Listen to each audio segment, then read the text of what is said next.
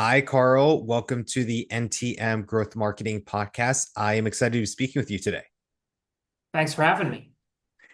Carl, let's dive in and hear a little bit more about your organization and what is your role at the company. Tell us a little bit about the company as well.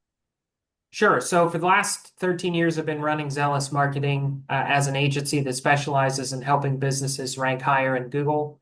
Over the last year, we have launched a new business separate to that called RankBot, which is an AI that helps businesses and other agencies do SEO. Why did you decide to create a new company?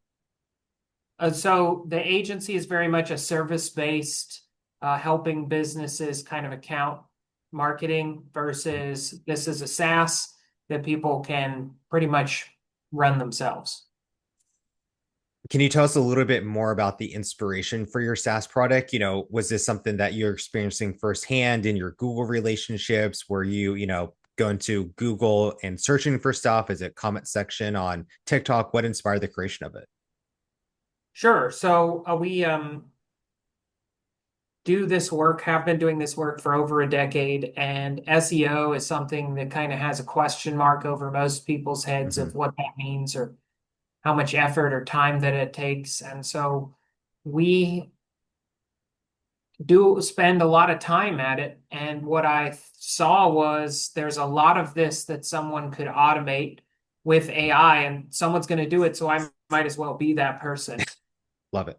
We built this AI to help people do the hard part of SEO, which is to get other signals on people's websites, Mm-hmm. links.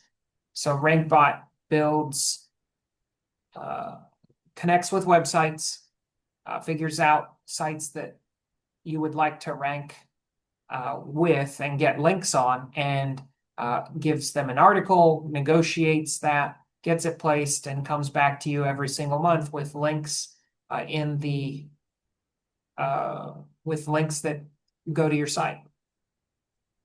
Can you tell us a little bit about a marketing strategy in 2025 that you've been deploying that has proven to be successful?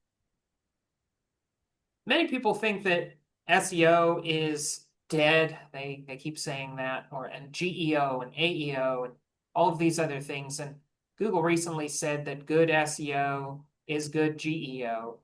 Doing exactly what we've been doing as a core function of helping websites rank higher in search Mhm. is going to help you show up more in AI search results.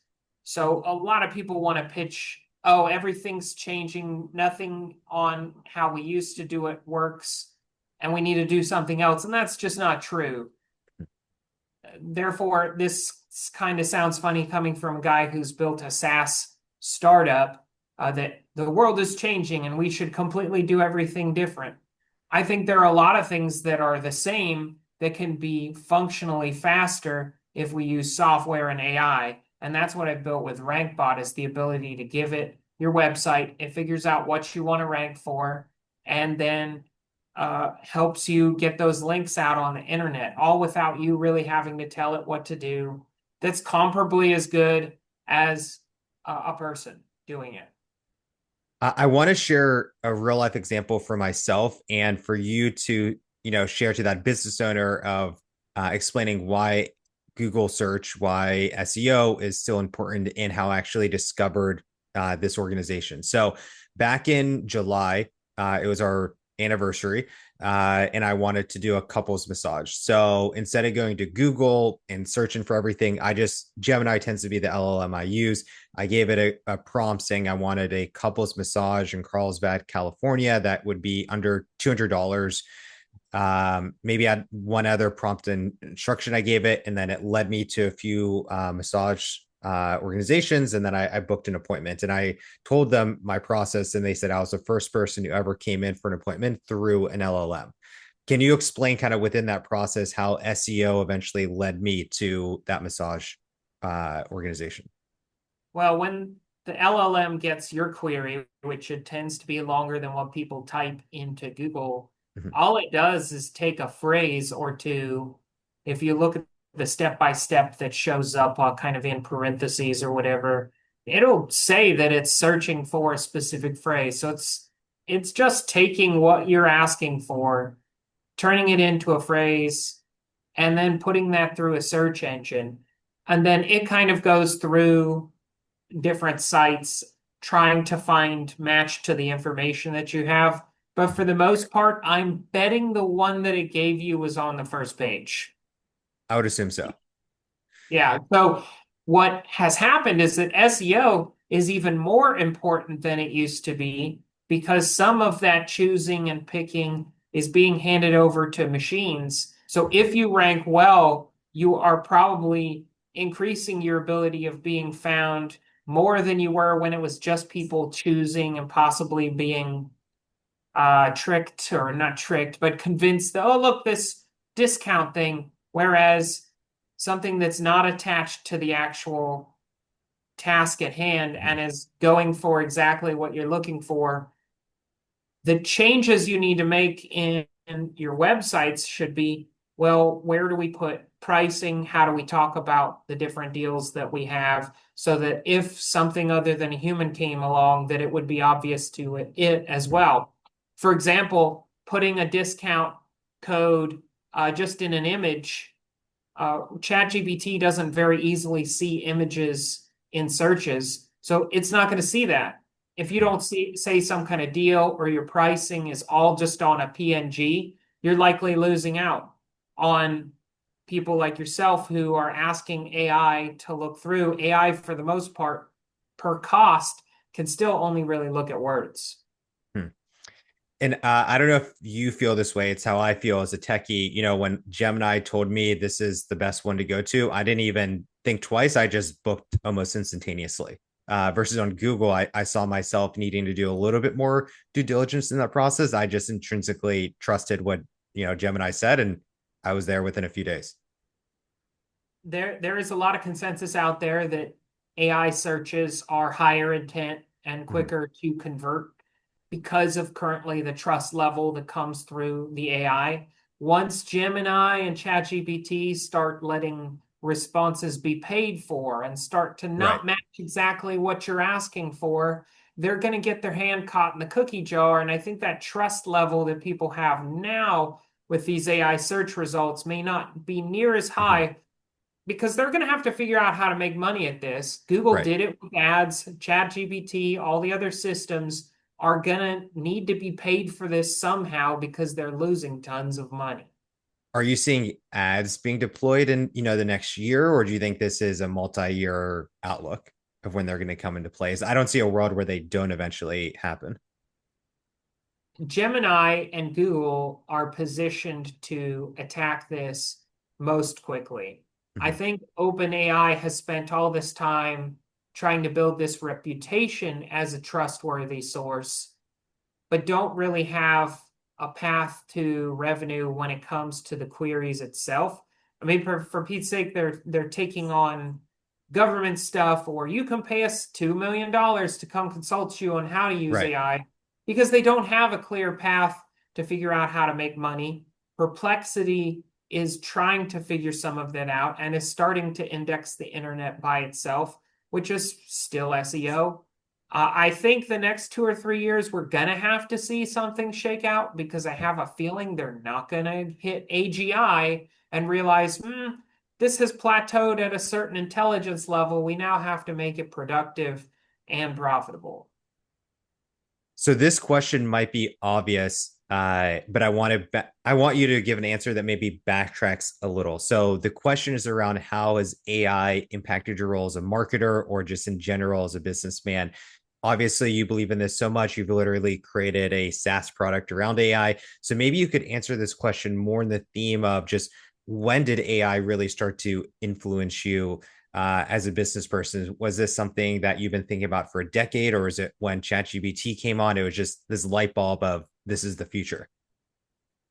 When I started my business, I knew search was always going to be important. I didn't follow back in 2012.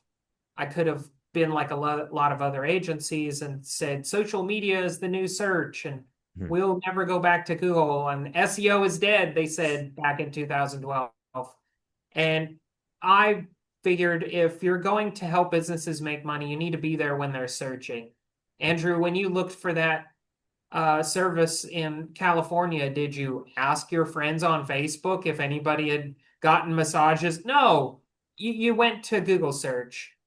Uh, I did really start paying attention when ChatGPT came out. I thought, wow, this can do a lot of things we do every single day, and started reading and realized rather quickly that AI was not going to take my job.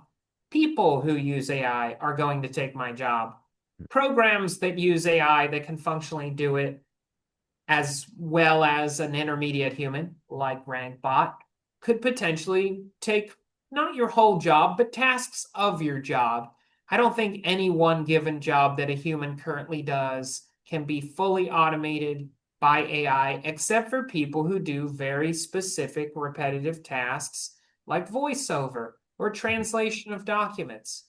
I saw that as something that was going to disappear, but within my agency and eventually within my startup, I wanted to figure out how can we package the capabilities of these systems into a productive process that helps businesses, clients, and agencies accomplish something at a faster, more efficient rate at a lower cost.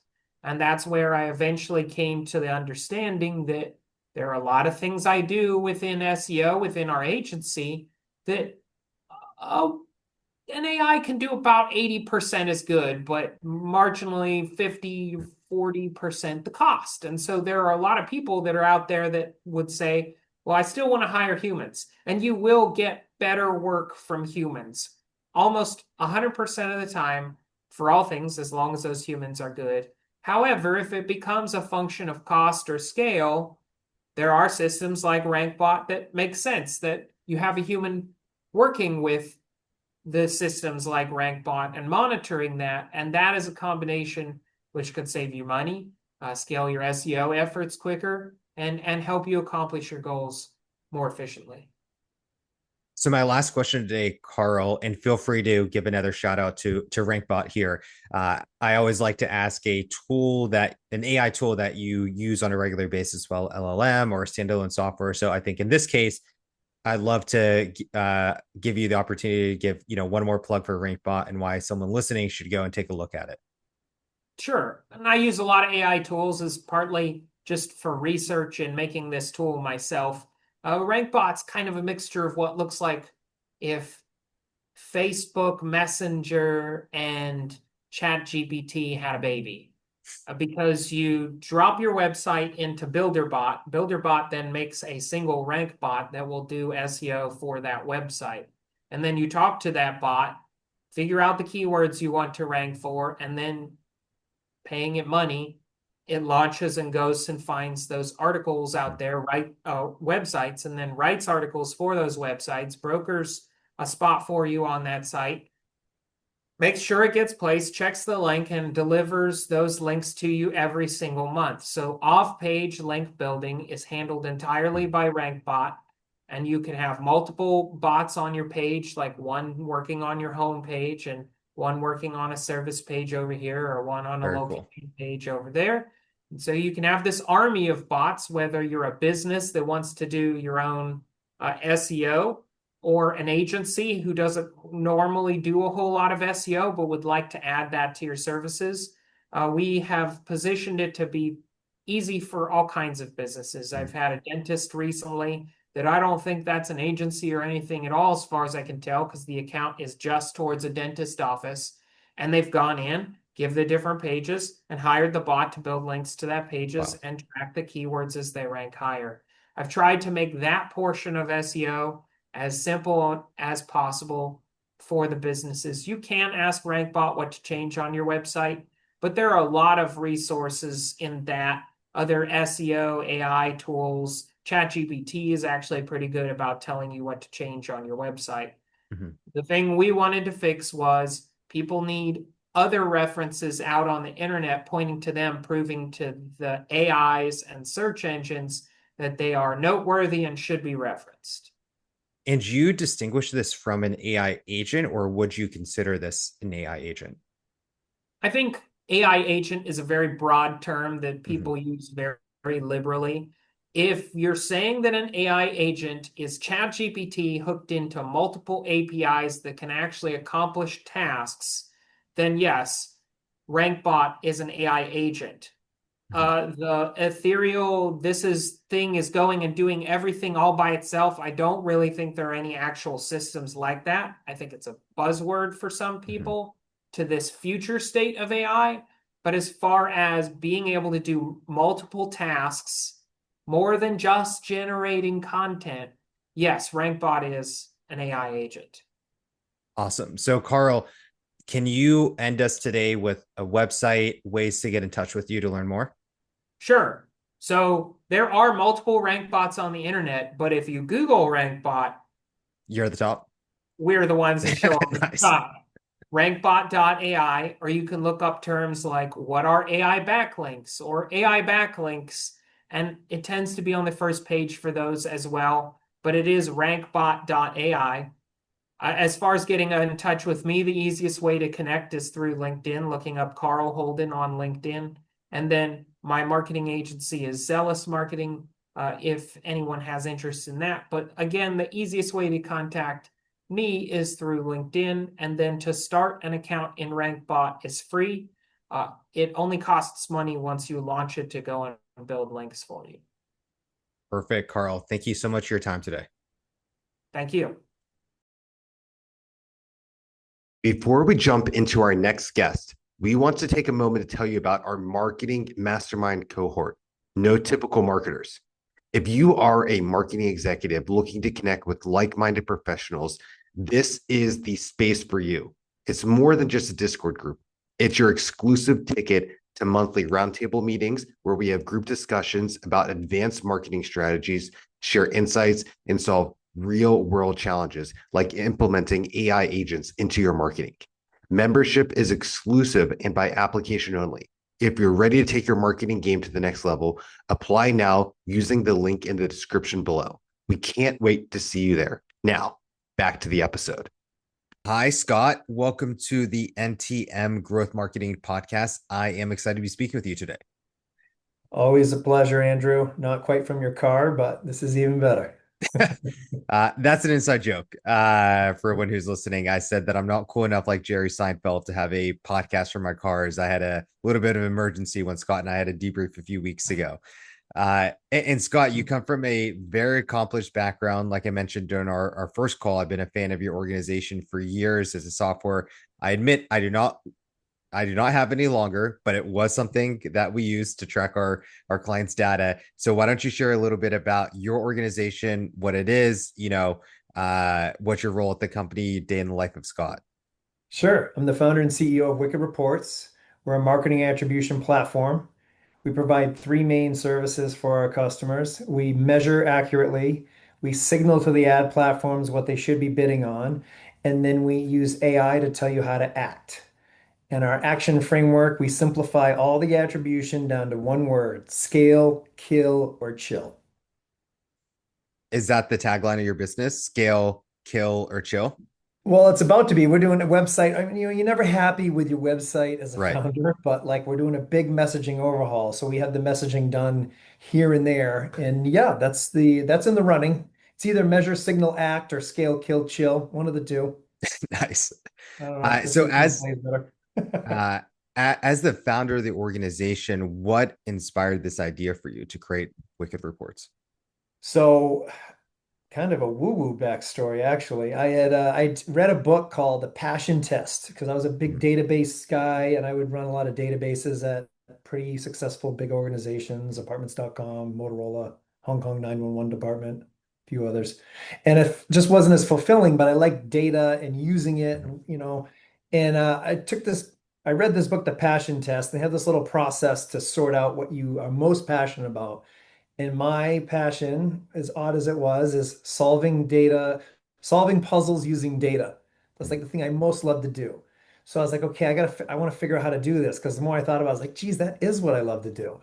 And around the same time, a couple months after that, a friend who has a lobster e-commerce business selling live lobsters in the mail or lobster tails and meat was trying to launch on Facebook and having terrible luck, even though he'd been doing well with Groupon and other deal sites. And so I said, well, there should be something we can get to track how they're doing for you. And there was nothing.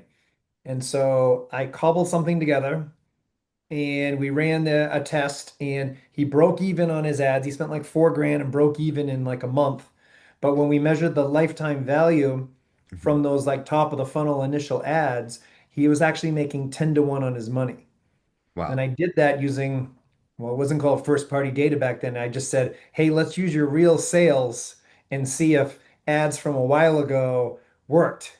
Now I'd say we were doing top of the funnel delayed conversion lag using first party data is more jargony, but it was still the same concept. And it unlocked this massive 7-figure channel for him where he was going to abandon it. And then word spread, and then I needed tools, so I started building them and enlisting some henchmen from other projects I'd done. And next thing I knew, I had a company on my hands. Do you see that as a pretty common misunderstanding of data with, I would say in particular, small businesses that they look at the Facebook ad spend of just what that first product sale is, and then they stop the tracking without realizing, in that case too, the LTV was 10 to 1 if he just spread out the data, over 6 more months. It's very common because people spend a lot of time putting marketing campaigns together, but if they're targeting top of the funnel, it does take time to convert and get its true revenue. But the person on the budget may not be, you've got to get educated people with the budget to be like, hey, we need to spend at least half of it on new eyeballs. New Mhm. eyeballs take time to get trust and convert and kind of align on a marketing attribution report, but basically a scoreboard of how you're going to keep track of the top of the funnel. So if you keep track of it the right way and you get aligned ahead of time, hey, it's going to be like 30 to 90 days till we have positive return, then you have a chance to succeed. Versus if like if you're down, if you're playing a sport game, let's say football, you're down 3 touchdowns and you got a minute to go, you're probably not going to pump in 3 touchdowns. It's gonna be hard to Right. do anyway. But if you have like 60-minute game to actually score 3 touchdowns, it'd be much more likely you're going to do that. If you already have to be a decent football team, but the rules of the game, the time you're going to have to play it, you're going to be more chance you're going to score. It's the same thing with top of the funnel. Right. The Kansas City Chiefs versus Buffalo Bills is the only instance of that happening in the last decade, if you remember that, Oh, yeah, game. that was amazing. Yeah, they had 3 touchdowns in like the last minute or something. Right. It's unbelievable. I always liked, a Patriots fan, Tom Brady down 28-3, 2 minutes to go in the third quarter of the Super Bowl. Scored a few times there. Well, before we jumped on, I was actually listening to a marketing podcast. You might be a fan of Marketing Against the Grain with a HubSpot and Zapier CMO. And it's a little bit of a downer start to the episode. They're talking about just all these reasons why marketing is not working in 2025. I would love to hear from you whether Wicked Report's own marketing campaigns or just what you're observing on the back end of all these clients' data.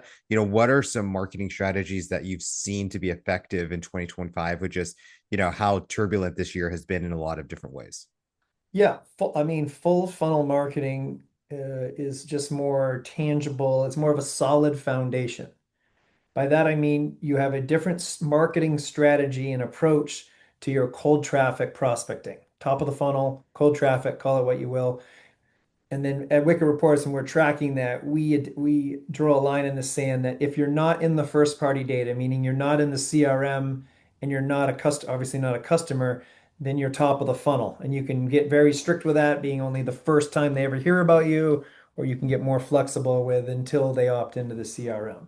But the strategies that work are when people thoughtfully target top of the funnel with messaging and or offers that work for newer customers, if that offer is just like a lead magnet or something to get them in the marketing ecosystem funnel you have. And then bottom of the funnel, well, everyone will say bottom of the funnel is much easier. You already know, hey, they're hot to trot. We think they might buy. Send them deals or send them SMS and email or heavily target them.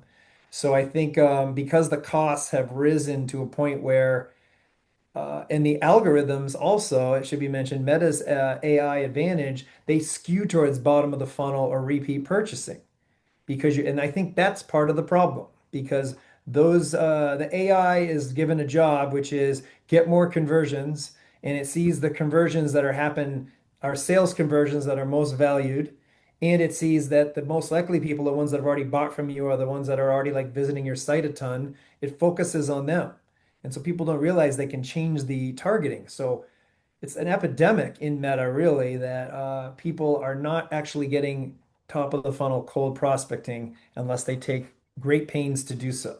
So our data kind of identifies that and then instructs them on how to fix it.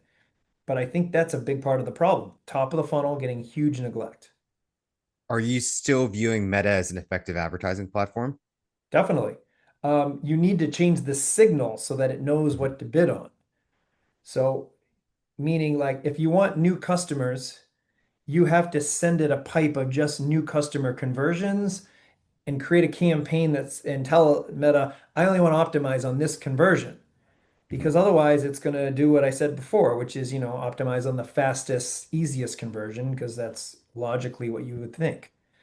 So it works well, but it's more technically challenging and more strategically challenging to pull off, which means the people that are more advanced or that can think top with a top of the funnel optimization mindset still are having success.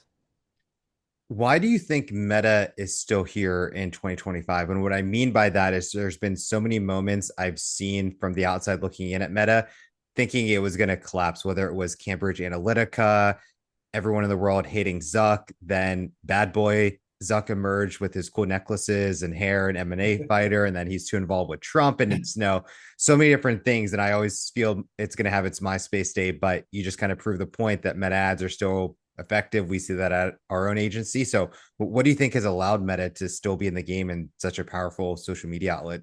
I don't know, Well, 20 years now later Meta now? is like older people with more money and more time on their hands are on Mm, there. So they're right. I mean, nothing against people in their 20s at all, but like if you're older, you're likely to have more income and you're likely to be more likely on Facebook. So if you're a product targeting them, that demographic, you're still going to be likely to succeed. Now, in 20s and you're on TikTok or Instagram, that's where you got to go. But Instagram is a Facebook property and everybody Mm-hmm. loves Instagram. So it's still when Facebook ads work, it actually means, oh, Instagram ads work. I That's spoke last night. I spoke at San Diego State University, and I was chatting with some of the students afterwards. A lot of marketing degrees in the room. And what do you think are the two reasons why a college student is still on Meta? I don't know. Tell me, I'm curious though. I have no idea. I'd just be guessing. Facebook Marketplace, Oh, and which I think Facebook Marketplace is awesome. And then the second is they're on it to make sure their parents or grandparents are not posting anything weird about them. I would have thought maybe to share photos with their grandparents and parents that are on there. No, no, they don't share. They don't post anything. They don't add to their friends. It's strictly Facebook Marketplace, and they just do their own Family police, QA family on social police. right.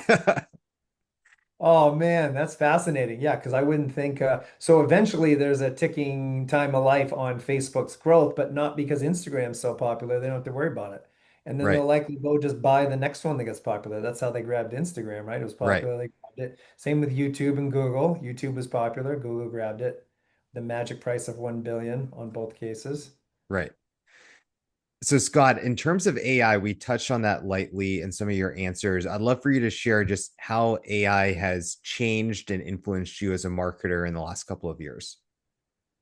Well, a couple ways. One from our product's perspective, we thought it was going to be a silver bullet. It wasn't. Mhm.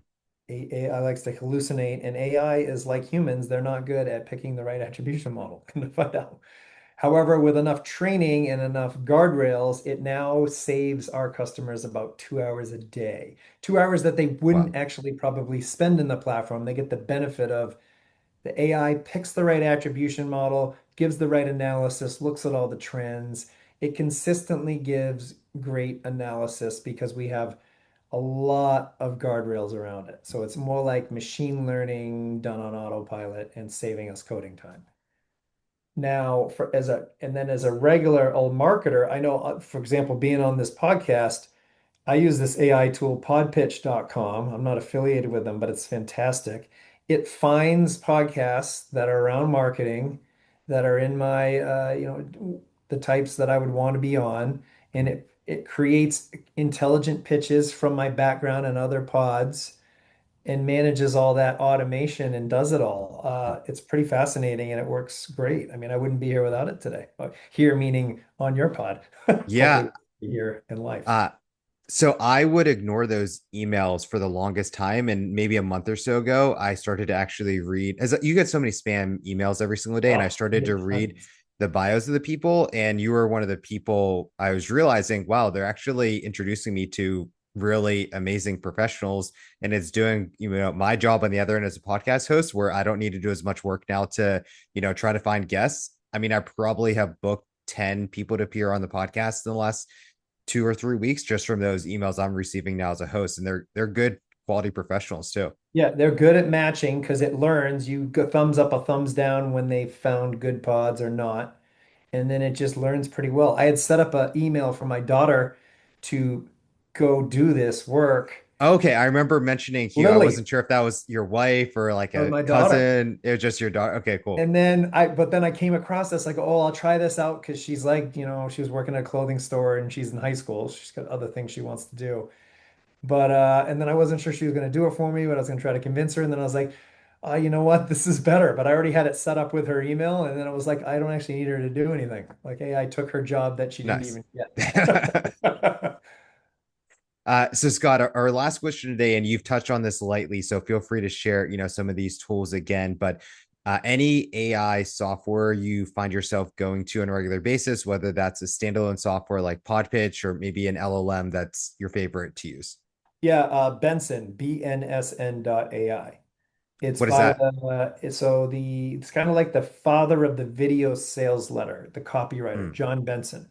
Always was a fan of his, and he created an AI based on his writing style, but that you can customize your market and with tone, and it's phenomenal. It mm. writes entire webinars for you. It Wow, writes really? email. The emails, I mean, anyone go in ChatGPT, try to write an email, but his are all like psychological, sales-based NLP triggers, Hmm.